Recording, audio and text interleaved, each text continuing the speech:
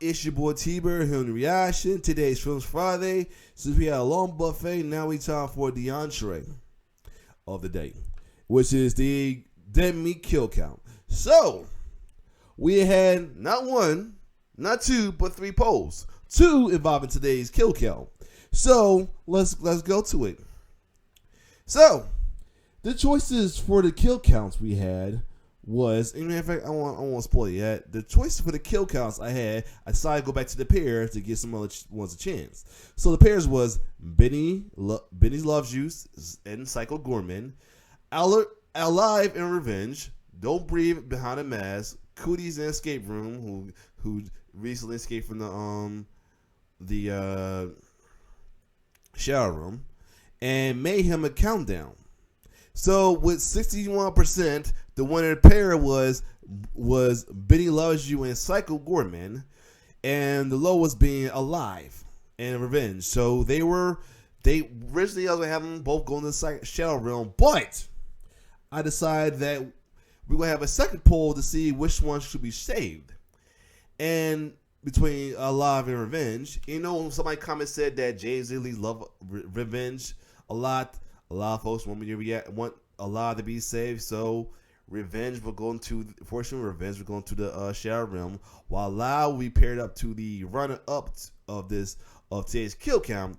And at first, it was a back-to-back lead. I've been checking them out, and came out to the end as of now. The kill count reaction I will react to is Psycho Goreman, who recently got revived from the shadow realm not too long ago. So, that being said, next kill count poll, Alive will be paired with Benny Loves You, and excluding, I will scramble the other remaining one, including two new entries as well too. So now Alive, Revenge will join Blood Quantum in the Shadow Realm until I have enough pairs to do to have enough 5 pairs to do the redemption poll. So anyway, Psycho Goreman. From the looks of the cover, it looks interesting. Had to take a look and see what it was all about. So it's a sci-fi horror comedy. So this could be good because sometimes the horror comedy, any slapstick kind of horror, anything, 9 times out of 10 end up being more gorier and bloodier than typical horror movies that's serious or anything. And then, by the way, I did see Halloween Kills. My wife actually watched a little bit of it with me too. Good. It was good, but Jason is turning to Jason. Oh, see, that's how bad it is. Mike Myers turned to Jason a little bit with the kills. Because I always say about Jason don't give a fuck if you black, white, young, old, and I do mean old, male, female. He gonna fuck you up. Jason is teeter-totter on that borderline of Jason no fucks givenness. I know I made that word up.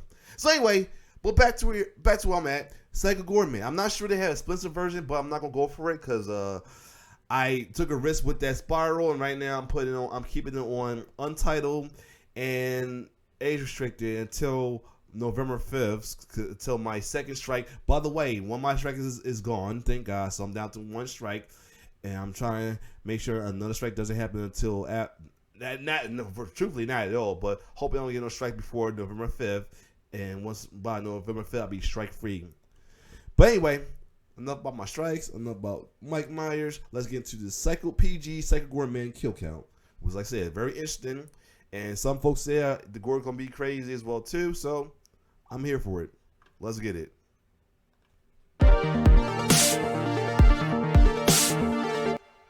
Welcome to the Kill Count, where we tally up the victims in all our favorite horror movies. I'm James A. Janice, and today we're looking at PG Psycho Goreman, a Canadian film from 2020. Psycho Goreman was written and directed by Stephen Kostansky of the film collective Astron 6. His previous films include the Lovecraftian The Void and the very enjoyable Little Shit requel Leprechaun Returns, both of which featured fantastic special effects, which is definitely the strength of Astron 6 production. Psycho Goreman is a continuation combination of that impressive practical work with a ton of tactile... Oh shit, I'm right. All right, that was right. Especially since they said it came out the Leprechaun Return, that had some pretty good kills, so yeah. creatures and violence that's an absolute delight to watch. The film combines horror, science fiction, and fantasy to deliver a loud, explosive feast of creative sights. The titular extraterrestrial terror, Psycho Goreman himself, is one of my favorite recent horror characters. I never get sick Hold a second, give me a second, I get it. All right, I'm back. of his magma-looking blood vessels, his baritone bellowing, or his insatiable quest to end all life in the universe. The scenes featuring him and his galactic exploits are the highlights of the film, and his super serious facade lends itself to a bunch of hilarious moments. Tess. It was nice meeting you. It would be nicer if you were dead. Ooh. Alright, bye. Unfortunately, those fantastical scenes are about the only part of Psycho Goreman I like. The film is just as much a comedy as it is anything else, and I'm not a fan of its sense of humor, which I can only describe as la random. Most of that comes from the lead human character, Mimi, a pint-sized prepubescent wannabe despot who belittles everyone around her and screams her lines in wacky ways. Crazy Ball! Now, I want to be clear right away. Actor Nita Josie Hannah is perfect at playing this part. She's doing exactly what she was directed to do and giving it 1,000%, so good on her. But fuck, can I not stand Mimi? I don't find her funny, and I don't find her cute. She's just mean and annoying and drags down the movie, almost as much as her dad, whose defining trait is laziness, but who mostly comes across as that improv friend who can never turn it off. Between those two characters and some self-observing jokes, the movie is never sincere enough for me to fully enjoy. It's always commenting on itself and saying, gee, isn't this stuff crazy? Instead of just being a good time and letting its madness speak for itself. As always though, don't take my word as gospel. Humor is subjective and a lot of people really love this movie. You might be one of them, so might as well give the thing a shot. Psycho Goreman is a pretty big problem for people on Earth, but not every problem comes in the form of an ancient evil alien. Sometimes your problems can be more internal, and thanks to today's sponsor BetterHelp, you can start resolving those now. Chelsea and I are huge proponents of mental health upkeep, and as therapeutic as horror movies can be, it also helps to speak to licensed professionals. BetterHelp can match you with a therapist based on your personal needs, and you can begin communicating with them in less than 48 hours. Wow. Now, to be clear, this isn't a crisis hotline, but it is a secure way to have online video or phone sessions that are more affordable than traditional offline therapy. Chelsea uses BetterHelp for therapy every week, and she loves it. And we both appreciate that BetterHelp listened to feedback it got a few years ago regarding the language in their terms. Today, their terms are more clearly written to reflect that all therapists are licensed and verified by their team. I would not suggest this service if I didn't personally see how much it's been helping Chelsea. But because she's had such a good experience, I can recommend you visit betterhelp.com/deadmeatjames to get started living a happier life today. That's better, H-E-L-P. I'm gonna check this on the link because me and Wade been talking about check something out like that, but yeah.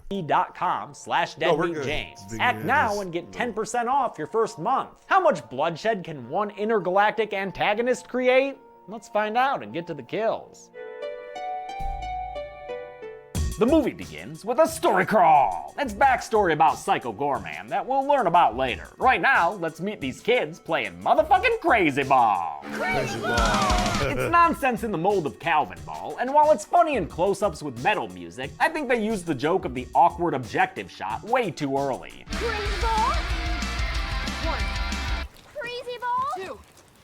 Crazy Ball? 3. Especially since it gets back into the speed metal right away. Psycho Goreman's music was composed by Blitz Berlin, who tailored the movie's tracks to different inspirations and styles. The Crazy Ball music, which makes me feel like I'm playing Killer Queen Black, is meant to evoke early 90s media like Power Rangers and the original TMNT movie. Younger sister Mimi wins the match, meaning older brother Luke has to dig his own dirt bed to be buried in. While digging, he finds a glowing gem that Mimi takes for herself, causing a pink eruption to come from that brown hole. Whew, you never want one of those. The kids are put to bed by their parents Greg and Susan, who hate the shit out of each other. As they sleep, an ancient evil being punches its way out of the ground in their backyard. It makes its way to an old shoe factory, where it comes across a trio of thieves and assimilates their language immediately. A variation of the Aronian tongue.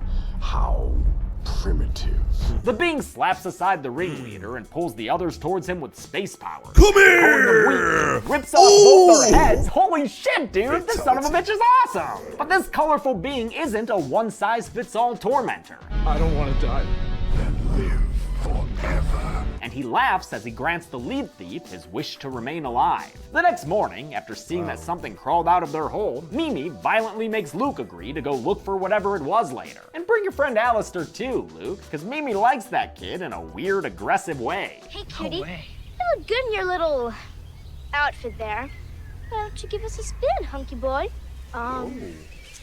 No thanks. Ha, that darn Mimi. She's so wild and wacky, right? That night, the kids track the claw marks and footprints from their backyard all the way to the old shoe factory. They discover the head thief gagging in stasis and a bunch of body part art, both of which portend the main man of the hour, who shows up promising to kill them both nice and quickly. Know that in the sweet release of death, you will be spared the sight of your planet being torn to pieces. Mimi yells back at the being, since she has no respect or fear, and strangely enough, it obeys her when she tells it to let Luke go, all because of that glowing space rock. The gem of Paraxidike. Yeah, glowing space rock, gem of Paraxitax, whatever. The gem grants Mimi control over this guy, who's forced to obey her every command. He warns her that he'll kill her as soon as he's able to, a fate that befalls the frozen thief after Luke bumps into him, and he smashes apart. It was my masterpiece. Fuck yeah, he was, dude. Actually, that was a masterpiece of the film's effects artists, like Mike Hamilton and the Toronto-based studio Masters Effects, headed by Todd Masters. Excellent work here, and there's plenty more to come. The angry evil being says he has no name, but goes by a kick-ass moniker. The arch. Oh, by the way, if you haven't seen Halloween Kills, when the kill counts come on react on Dead Meat, you're gonna love it. That's what I'm gonna say.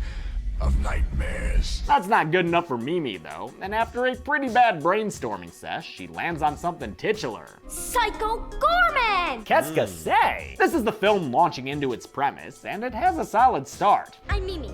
And I'm Luke. What's this?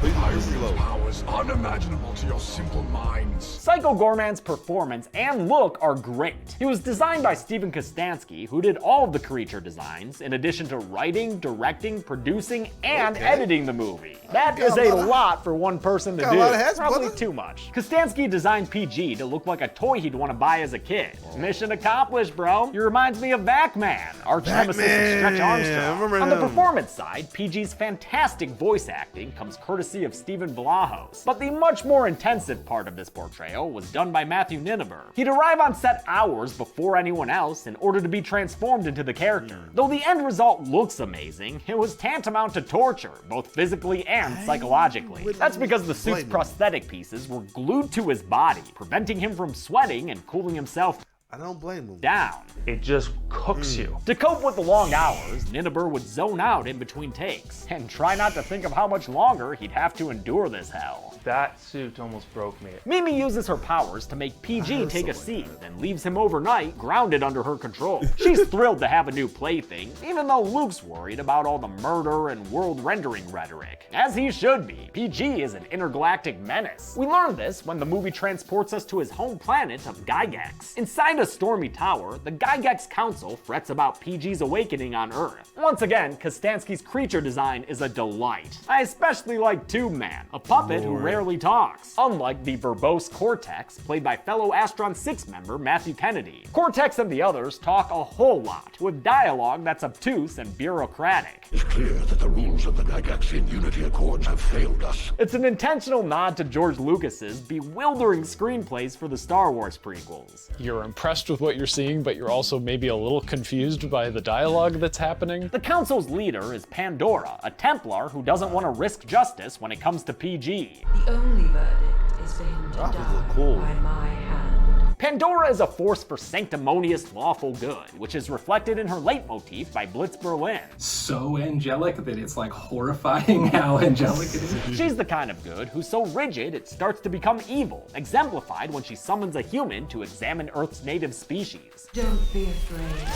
I guess she can't be afraid, can she, Pandora? Because she's a meat cube now, and meat cubes don't have fear. But boy, do they taste good. All the protein you need to become a human. The next day, the kids take take Look at her Alistair like to that. meet PG. They bring a CRT TV, which, along with the lack of cell phones and an earlier discussion about an N64 game, are our indications that this movie takes place in the 90s. wow. That feeds into the nostalgia factor Kostansky was going for. In addition to the TV, Mimi also brings PG magazines. Look at all the hunky boys. I do not care for hunky boys.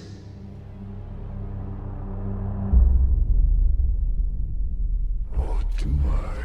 Ha! We stand by Curious King. At Luke's inquiry and Mimi's command, PG sits down to tell them his backstory. He was born before time on the planet of Gygax, where he and his race were enslaved by the ruthless Templars. The Templars forced them to build their pyramid shrines until one day PG came across the gem of peroxide. It gave him the power to liberate his people with glowy eyes, and I'll kill count 7 Templars that he's standing atop in a heap here, as well as this 8th one whose head gets decimated with a punch! Flames of awesomeness! got caged. With his powers, PG took control of Gygax, then traveled to other planets to kill indiscriminately. I'll count a whopping 55 kills here as PG goes about his goal of killing every living thing in the universe. Sure, 50 of them are these background bodies on stakes, but they're still countable, you know, kind of. To stop this destructive force, the Templars imprisoned PG with the gem of Pericles. He stayed in this Terran prison cell until he was released by these idiot kids. The flashback story segment is my favorite sequence of the movie due to its extensive use of green screen, stop motion, and miniatures. I'm always impressed by detailed miniatures like these, which were shot by cinematographers Andrew Appel and Pierce Dirks. It's so fucking cool how you can make these creations look like a stormy planet with simple tricks like the use of a spritz bottle. These practical effects, which were mostly done in Kostansky's workshop, evoke his earlier film Manborg, which took him 3 years to make. After Mimi and the boys leave for the night, PG tunes the TV to channel Blood 01. This puts him in contact with his loyal generals, whom he tells to come to Earth and kill the kids. Luke has Alistair over for a microwave chicken dinner prepared by their ruthlessly inept father. Greg is my least favorite character of the film, but he does get a funny line in here.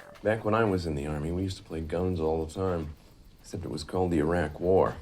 And you played for keeps. The rest of his lines feel more like an actor trying to be funny than an actual person who is funny. Like, he'd work as a character in a 3-minute Britannic video, but not in a feature-length film. Greg was written specifically for actor Adam Brooks, who co-founded Astron 6 with Jeremy Gillespie in 2007. Kostansky and Brooks describe Greg as charming and pathetic, which is an assessment I sadly only half agree with. Shunned by Alistair and Luke wanting to play without her, Mimi uses her Jemmy to call for a friend, and eventually PG arrives. Mimi asks him to, quote, make Alistair less of a dork, and PG's idea of granting that wish is to turn Alistair into a giant brain with googly eyes. Susan and the cowardly Greg wind up outside, and though PG promises to one day murder them with the hatred of 1,000 suns, at the moment, Mimi is still in control, and she promises her parents that he's really a big softie. Don't worry. Be worried. If we really want to soften PG up, we're gonna need a montage to the most cringeworthy song I've ever heard.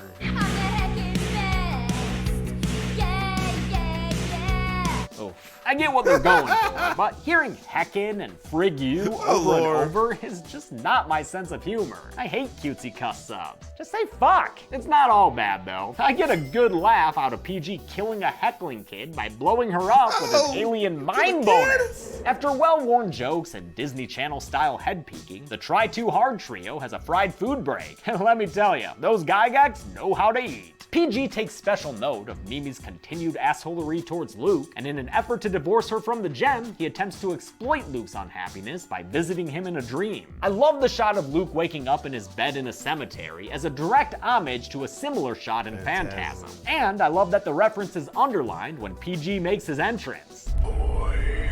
That is a tall man boy to a T. Or B. Boy. PG tells I was Luke to thinking more steal the Kratos. gem from Mimi because she's a little fucking monster who treats him like shit. How long before she puts her life before yours? This is the closest the plot comes to being interesting, in my opinion, but I don't think there's ever any satisfactory payoff. I do enjoy the ending to this sequence, though, with its long, awkward silence while zombies wriggle around in the dirt. Mimi tries to teach PG the rules of Crazy Ball, but since it takes a whole montage to explain, they're barely finished when the 5-0 arrives, and PG hates 5-0. He grabs Officer Vince and fuses to him like a Cronenberg, and his blast of ancient galactic truths is enough to turn the the cop into a melty, moaning mess. He sounds like that Batman YTMND. PG sends the other cop to spread word of his presence, while his partner is left being a sorry son of a shambler. He doesn't like it. This character is actually BioCop, the subject of a fake movie trailer made by Kostansky back in 2011. I mean, I didn't need to put BioCop in the movie, but I had to put BioCop in the movie. The BioCop trailer was included on the DVD of Manborg, and the guy who played BioCop then, Robert Homer, reprised the role here nearly a decade later. I thought that was really cool. At the police station, Officer Dennis is relaying his brush with the Archduke of Nightmares when Pandora arrives. I was thinking more of Maniac Cop.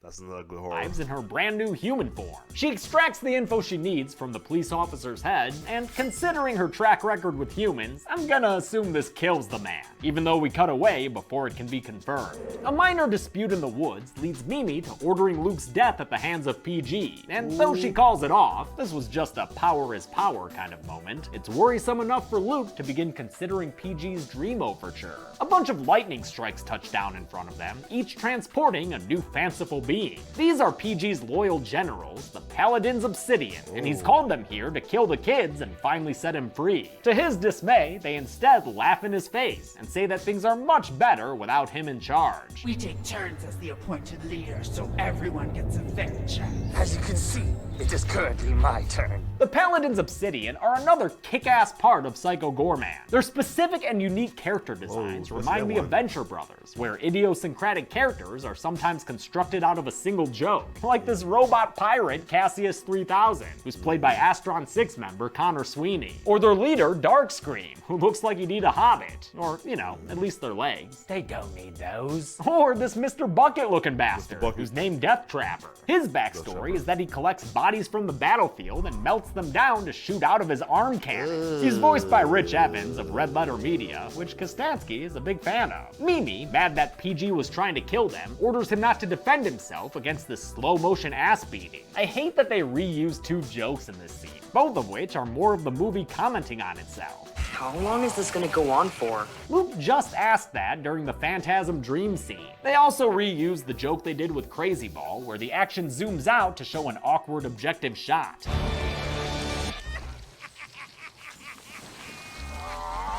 I wish this movie's humor was a little less obvious, but at the same time, this scene is a triumph of practical effects. Getting all these costumes and effects to work properly is not an easy thing to do, especially with a low budget. Fight choreographer Alex Chung, who also plays the lead paladin, Darkscream, put a ton of work into making sure everything ran smoothly the day of the shoot. In fact, they did pre-visualization for the entire fight first, mapping out each individual shot to know how it all fit together. Chung specifically requested they work in a so-called Guyver kit, named after the Guyver films, which served as an inspiration for Psycho Goreman. Kostansky loved how Guyver 2 was like an R-rated Power Rangers, and he sought to recreate that tokusatsu style here, thus all the sparks accompanying sword strikes. After Mimi wrings an apology out of PG, she lets him get up and give my graphics creator something to do. First, PG quickly murders Death Trapper with a single Archdukean punch. As the kids watch with detached snack eating, this Witchmaster lady uses her staff to tear off PG's head. Hell yeah! But it unsevers itself in no time, and PG shows her how it's supposed to be done by making her body disappear and leaving her as just a head.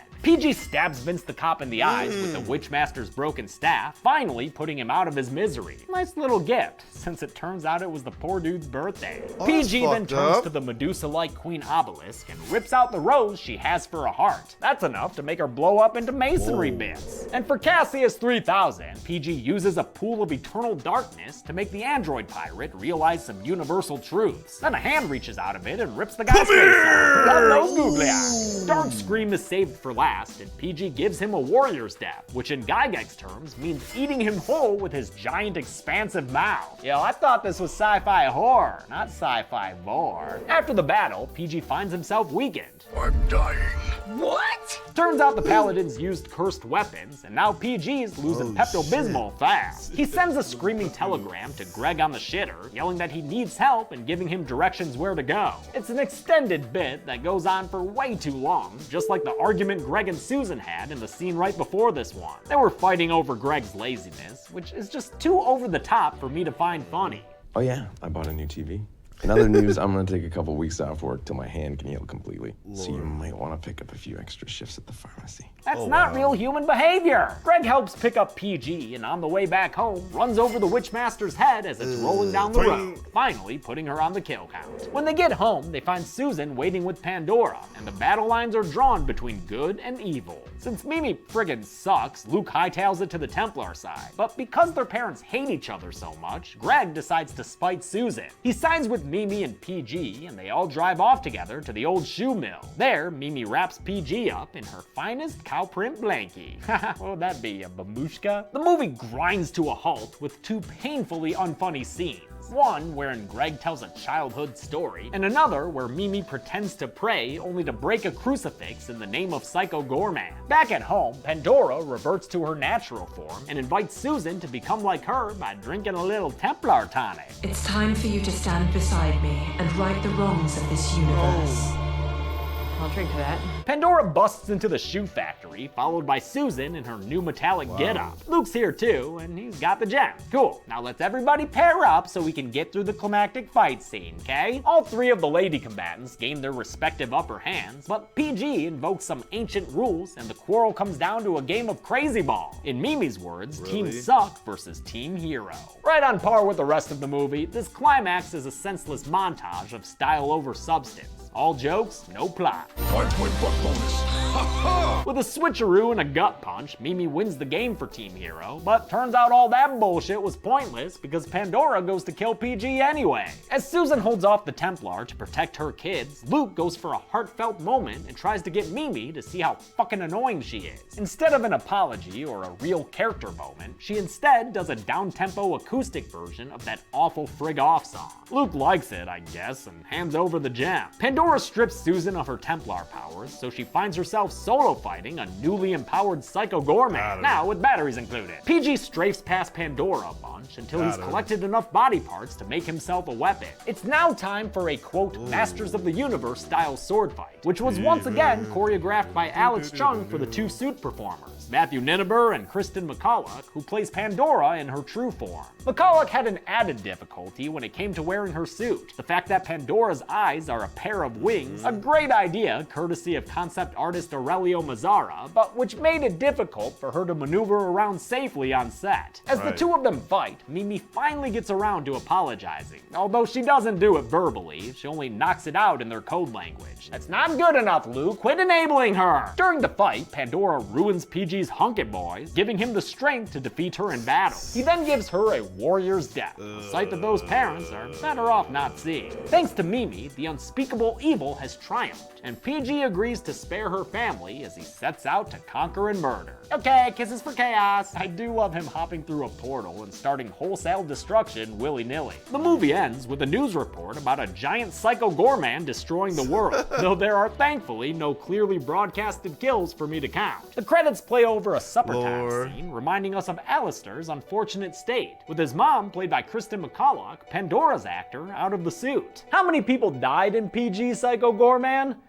The answer reminds me of a time when I counted kills on the planet Gydex while avoiding laser eyes from the invasive Lucy monster. Using the gem of proximity, I was able to increase my size. I swear to God. All of a sudden... Wait, what was I talking about? Oh, yeah, the numbers. Here we go.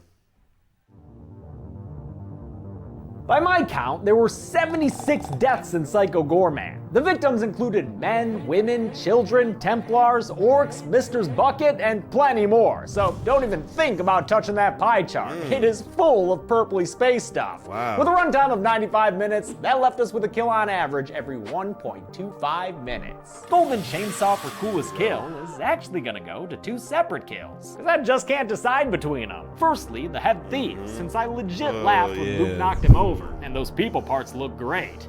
Thank you. Secondly, Dark Scream. A warrior's death is the noblest death, and also the nastiest. I love PG's unhinged jaw. Dual Machete for lamest kill will go to the 50 bodies we counted on stakes, which is definitely a bio cop-out, but most every other kill was awesome. And that's it. PG's Psycho Goreman came out in 2020, and director Steven Kostanski says he plans to do more with the character in the future. I'll keep an eye out for any sequels, but until then, I'm James A. Janice. This has been The Kill Count. On the next Kill Count. Detroit, Michigan, Hockey Town, Motor City, the Big D. These three small-time criminals are trying to get out of Motown, and they're robbing houses to make the money they need. We keep hitting houses like today's, Rocky, and Bye-bye, Detroit. and Ola, California. This next hit should be their last, and also their easiest, because they're robbing an old blind man. And no way that guy could be a threat. This was on the kill count? Ooh, never mind. Don't Breathe is 90 minutes of pure tension Don't Breathe, where that's the right. criminals become the victims, and the victim is Oh, that's Don't Breathe. Okay, I don't want to think about. Didn't think about it. much more than meets the eye. This week, raise your heart rate and watch Don't Breathe. And on Friday, watch the kill count on Dead Meat. So that's Don't. Okay, I don't know why I didn't think about that being Don't Breathe. I'm thinking like some other horror, but yeah, I forgot about this. All right, cool. Well, it's in the countdown, so I'm going to shuffle up next time. But other than that, if you like my reaction, like, share, subscribe to my YouTube channel. Oh, and next week will be the Friday 13th recount. Well, I'll be on, I think I'm on Friday 13th. Oh, yeah, 4, the final chapter. Well, it was final chapter, then it came forward final chapter because they restarted it, though. But anyway, that'd be the recount. And then afterwards, I'll return back to the kill count poll where Alive will be paired up with Benny Loves You, and some of the ones that survived the last poll will be shuffled up along with some new ones. 2 new ones be added as well too. So other than that, if you like my reaction, like, share, subscribe to my YouTube channel. It's your boy T-Bear signing off. One love.